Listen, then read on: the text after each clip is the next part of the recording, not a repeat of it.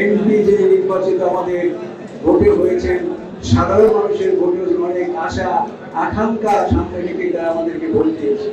আমরা এটাকে বাস্তবে রূপায়ণ করতে চাই। পিরোজপুর একটি অবহেলিত অনুন্নত একটি জেলার নাম হচ্ছে পিরোজপুর। পিরোজপুরে এক আসলে আল্লামা ফজলুল সাহেব রহমানের এমপি ছিলেন 2 বার।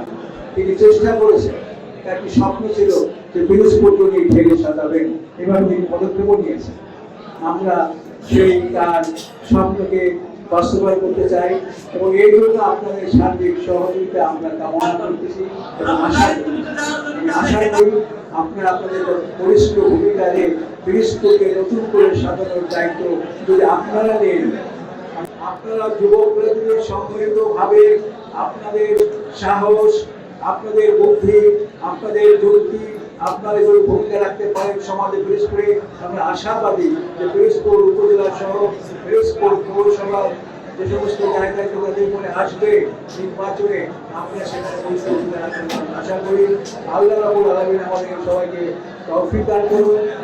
আগামী বাংলাদেশ যদি আমরা গড়তে চাই, এই যুবকদেরকে নিয়ে আমাদের গড়তে হবে।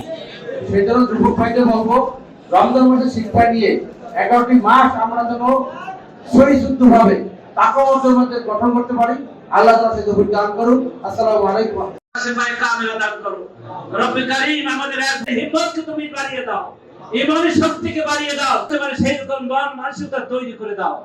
তাকাব্বাল মিন্না ইয়া আরহামার রাহিমিন।